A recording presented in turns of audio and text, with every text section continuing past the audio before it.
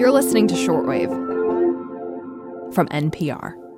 Hey, Shortwavers. This is Lauren Summer here, climate correspondent, and I'm hosting a few episodes for Shortwave in the coming weeks.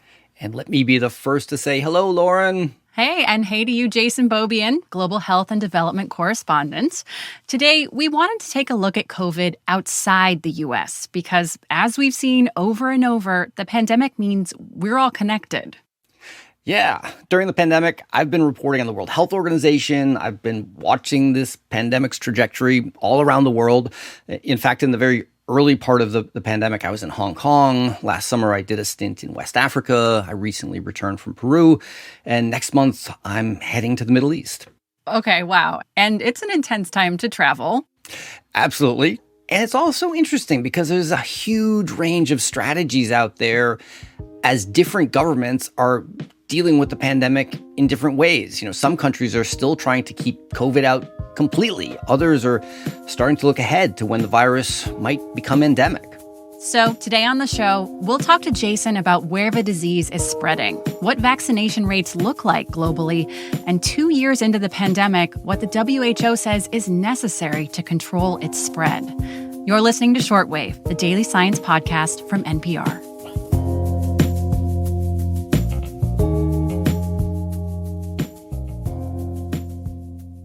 Support for NPR and the following message come from Dataiku, the AI platform that connects data and doers through everyday AI, helping leading organizations turn complex data into business impact at dataiku.com. This message is brought to you by the NPR Coffee Club. A subscription brings fresh roasted coffee directly to your door, and you can also give a gift subscription to the NPR superfan in your life. Learn more about our new NPR blends by visiting us at nprcoffeeclub.org. So, Jason, first of all, the U.S. may be seeing Omicron begin this downward trajectory. But what about elsewhere? You know, are some countries down and others on the upswing? Because in the early days of Omicron, it seemed like the U.S. tended to be a few weeks behind, Southern Africa and Europe. Yeah, well, cases are definitely dropping in the U.S., and it looks like things have peaked here. You still got more than half the countries in the world where cases look like they're increasing. Eastern Europe, in particular, cases are up sharply. They doubled in both Russia and Ukraine last week. Also, the Middle East is getting pounded right now. Infections in Iran, Iraq, Jordan, they're all up more than 100% when you look at them on a week-on-week basis. Same thing in Brazil, Japan, cases are up 150%. So from a global perspective, there isn't a sense at all that this Omicron wave is in the rearview mirror. It's very much the opposite. And then there's China. The Olympics are about to start their next week. Tell me about their COVID policies, because they've gone a very different route than the U.S. has. Yeah, it's a completely different route. China has this policy called zero COVID, and it is what it sounds like. But also right now, it's quite different from not just what the U.S. is doing, but from what most other countries are doing in the world. The goal is no cases. So if someone at an apartment complex tests positive, the entire building gets locked down. Or if there's a cluster of cases, you could have millions of people in a particular city get ordered to stay in their apartment blocks for days on end. This is incredibly strict. It's also been quite effective at keeping case numbers down. China last week reported roughly 500 cases total in the entire country, while the U.S. reported nearly 5 million cases over that same time period. Wow. And, Hong Kong is also doing this. The island nation of Tonga had managed to stay COVID-free by keeping just about everybody out. And then earlier this month, they got struck by that massive underwater volcanic eruption. And now their zero COVID policy or zero COVID attempts might be in jeopardy as humanitarian relief workers arrive. Right. Yeah. So is China going to stick with that zero COVID policy with the upcoming Olympics? I mean, because by definition, athletes are coming in from all over the world. So they are establishing what they're calling a closed loop system for the Olympics, in which there's going to be dedicated buses and hotels and meal halls just for the athletes and Olympic officials. And the idea is that they will have no interaction with the Chinese public.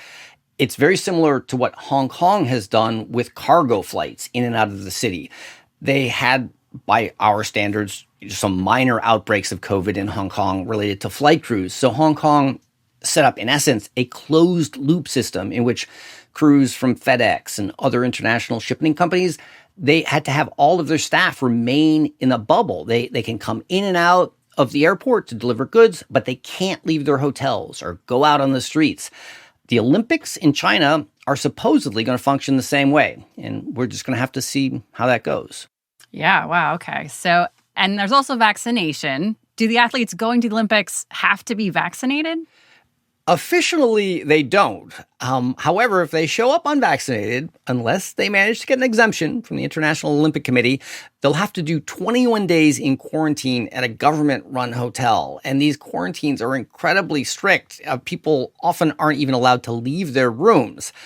And of course, because snowboarders are kind of wild people, there's at least one Swiss snowboarder who's supposedly doing the quarantine and working out to prepare for the Olympics from her hotel room. Huh. So vaccination is voluntary, but there's a big incentive to do it if you want to stay in shape. Yeah, that's right. Huh. And have any other countries made this zero COVID strategy work at all? So in the early days of the pandemic, a bunch of countries were attempting to do this, including Australia and New Zealand. At times, Australia wasn't even allowing Australian citizens to fly back home. But now, with Omicron being so highly contagious, it's made it really difficult to carry out a zero COVID policy. At this point, the only sort of highly populated places that are still attempting this zero COVID idea are China, Hong Kong, and Taiwan. Now, most countries are accepting that there's going to be some transmission, and the dominant policies are masks and vaccines. And we've definitely entered a period where governments are using vaccines as the primary way to try to deal with this health issue. Yeah, that just came up in Australia, right? I saw that officials in the end did not let tennis player Novak Djokovic come into the country. He was arriving for the Australian Open and he wasn't vaccinated.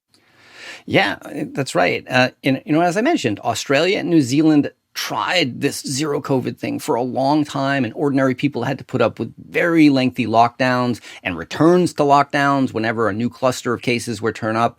It was arduous, and that's part of why the Novak Djokovic scandal was such a big deal. A lot of Aussies had to make sacrifices over the last 2 years, and here it looked like the world's number one tennis player was getting special treatment, getting a special exemption to the vaccine mandate. And another place where there are a lot of differences, right, is vaccination efforts. How is vaccination going? Definitely, vaccine efforts are improving. They're getting better. But about 36 countries still haven't gotten to 10% of their populations fully vaccinated. These are some of the poorest countries in the world. Many of them are in the central part of Africa. Then you've also got countries like Yemen, Syria, Afghanistan that are unstable or even in the midst of war. I was talking with Yasmin Lavoie with the Norwegian Refugee Council, and he's based in the northern Yemen city of Sana'a, where he says there simply aren't any vaccination campaigns at the moment. So I asked him, what are the options? If that person wanted to be vaccinated, I assume that person would have to go to the south. So drive around 15 to 20 hours crossing front lines in the mountains. And even then, after this treacherous journey through a war zone, it's not clear if doses would even be available. Like many low-income countries, Yemen has struggled to get a hold of vaccine. Yeah, wow, that's tough. And we have heard a lot about vaccine inequity globally, this idea that rich countries are hoarding vaccines. Is that still going on? Is that why we see these huge differences?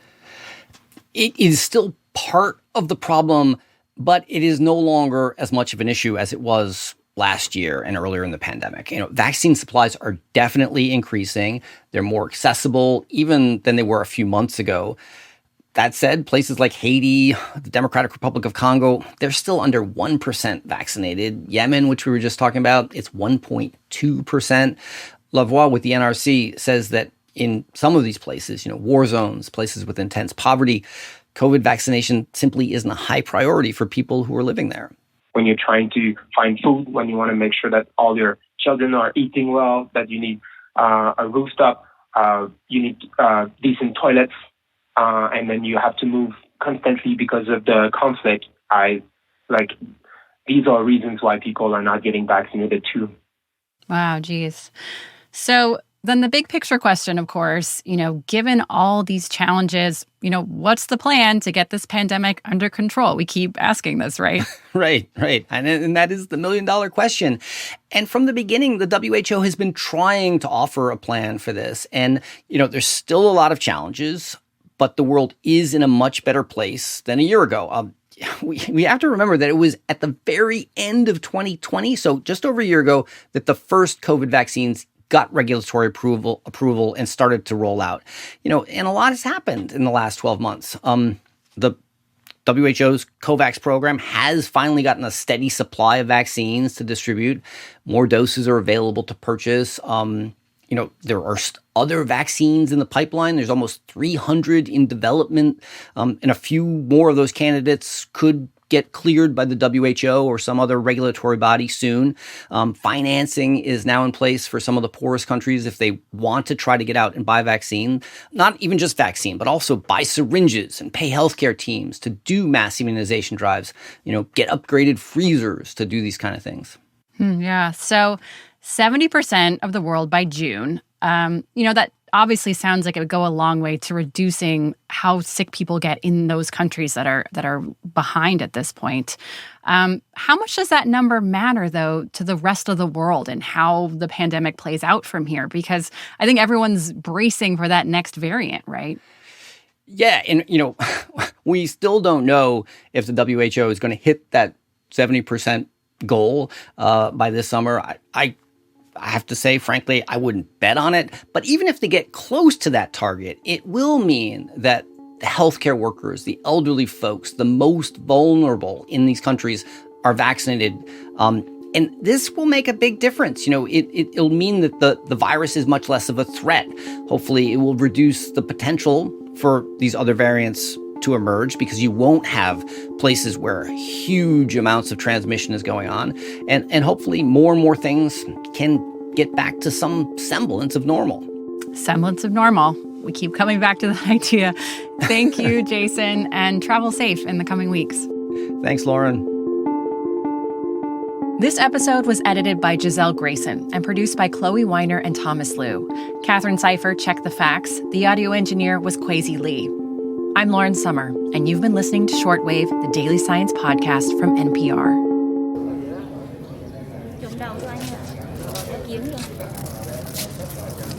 This new year, Life Kit wants to help you succeed because everyone needs a little help being human. It can seem so overwhelming. You're not alone. Who can I commit to being? If you want to do something, then just do it. Just take that first step. Great advice every week. Listen to Life Kit from NPR.